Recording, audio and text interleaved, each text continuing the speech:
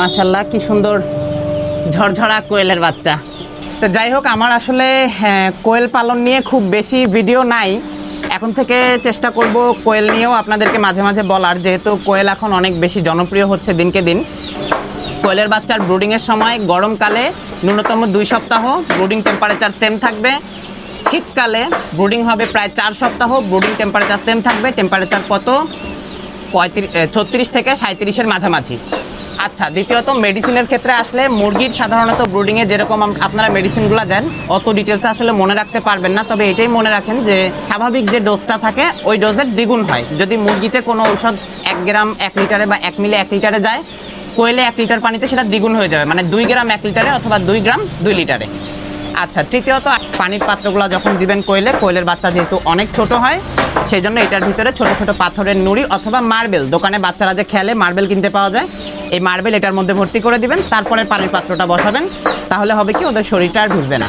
আচ্ছা, আরেকটা টিপস, সেটা হচ্ছে অনেকে কোয়েলের বাচ্চা এরকম কাগজের উপরে রেখে ব্রুডিং করেন। তো এই বাচ্চাগুলো সুস্থ আছে, কিন্তু কিছু কিছু বাচ্চা দেখা যায় যে খুব দুর্বল থাকে। হ্যাঁ, তো যে বাচ্চাগুলো আসলে দুর্বল থাকে এই বাচ্চাগুলোর ক্ষেত্রে হয় কি, যখন এই পেপারের উপরে থাকে তখন কিন্তু ওদের 2 পা 2 দিকে ছড়ায় যায়, আর 2 পা 2 দিকে ছড়ায় গেলে কিন্তু বাচ্চা প্যারালাইজ টাইপের হয়ে যায়, বুঝতে পারছেন?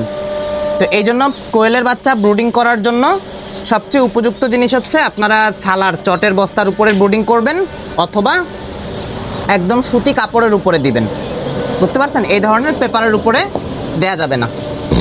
কোয়েলের বাচ্চা খুব ছোট হয়, খুব নাজুক হয়। কোয়েল কিন্তু 2 প্রকারের হয়, একটা হচ্ছে আপনার মাংসের জন্য, একটা ডিমের জন্য। আমার হাতে যে কোয়েলটা আছে এই কোয়েলটা হচ্ছে কি ডিমের জন্য, জাপানিজ কোয়েল বলে এটাকে। আর মাংসের জন্য আরেকটা কোয়েল আছে, সেটা হচ্ছে জাম্বু কোয়েল, ওইটা সম্পর্কে আরেকদিন বলবো। তো আজকে যেহেতু ডিমের কোয়েলটা হাতে পাইছি, এটা নিয়ে বলি। কোয়েলের বাচ্চা খুবই ছোট হয়, একটা বাচ্চার ওজন সর্বোচ্চ 5 থেকে 7 গ্রাম, এর বেশি হয় না। তো এর মাঝে দেখেন কালার ভ্যারিয়েশন থাকে কয়েকটাই, যে আমার হাতে যে 2 পাশে 2টা সাদা টাইপের কালার আছে, এগুলো ছোট অবস্থায় সাদা দেখাচ্ছে, বড় হলে কিন্তু এটা বাদামি টাইপের হবে। এই যে এই কোয়েলটা দেখেন একটু সাদা হালকা টাইপের, এটা কিন্তু বড় হলে বাদামি টাইপের হবে। আচ্ছা, আর কিছু কিছু কোয়েল যেটা সাদা দেখেন, এগুলার বাচ্চাই যে একদম এরকম সাদা অবস্থায় থাকে, বুঝতে পারছেন? তো কোয়েলের বাচ্চা যারা পালেন অনেকে কিন্তু কোয়েলের যে ব্রুডিং সিস্টেমটা, এই ব্রুডিংটা সম্পর্কে খুব একটা ভালোভাবে জানেন না। তো কোয়েলের বাচ্চার ব্রুডিং করতে গেলে এটা সেম একদম মুরগির মতোই তাপমাত্রা দিতে হয়। দেখা যায় 35 থেকে 36-37 ডিগ্রি তাপমাত্রা, এর বেশি না। কিন্তু কতদিন ব্রুডিং করবেন এটা কিন্তু একটা খুবই গুরুত্বপূর্ণ বিষয়। অনেকেই জানেন না যে কোয়েলের বাচ্চা আসলে কতদিন ব্রুডিং করতে হয়।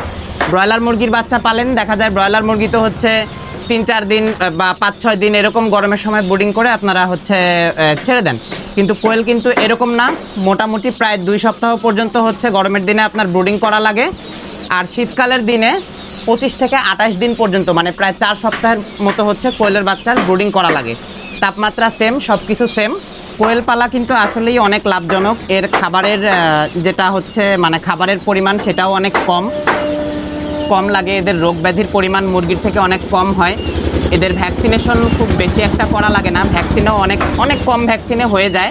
বাংলাদেশে কিন্তু প্রতিনিয়ত কোয়েল পালন অনেক জনপ্রিয় হয়ে যাচ্ছে, এবং পারপিস জিমে অনেক সময় দেখা যায় খাবারের যোগান দিয়ে বাজার এত বেশি উঠানামা করে যে লেয়ার পালন করতে গিয়ে, লেয়ার পালন যারা করে একটা সময় তাদের কিন্তু খাদ্যের দাম দিয়ে ডিমের দামে পোষায় না, মানে লাভ থাকে না। কিন্তু কোয়েলের ক্ষেত্রে এই জিনিসটা খুব সামান্য হয়, মানে খুব বেশি হয় না, কারণ এটার বাজারটা তো আসলে লেয়ারের মতো ওইভাবে নিয়ন্ত্রণ হয় না। তো ডিমের ক্ষেত্রে দেখা যায় 50 পয়সা হলেও মোটামুটি লাভ থাকে। তো যাই হোক, আজকে আপাতত এই পর্যন্তই। আপনাদেরকে একটু শেখানোর চেষ্টা করলাম যে ব্রুডিংটা কিভাবে করে কোয়েলের। আজকের মতো এই পর্যন্তই। তো সবাই ভালো থাকবেন, হ্যাপি ফার্মিং।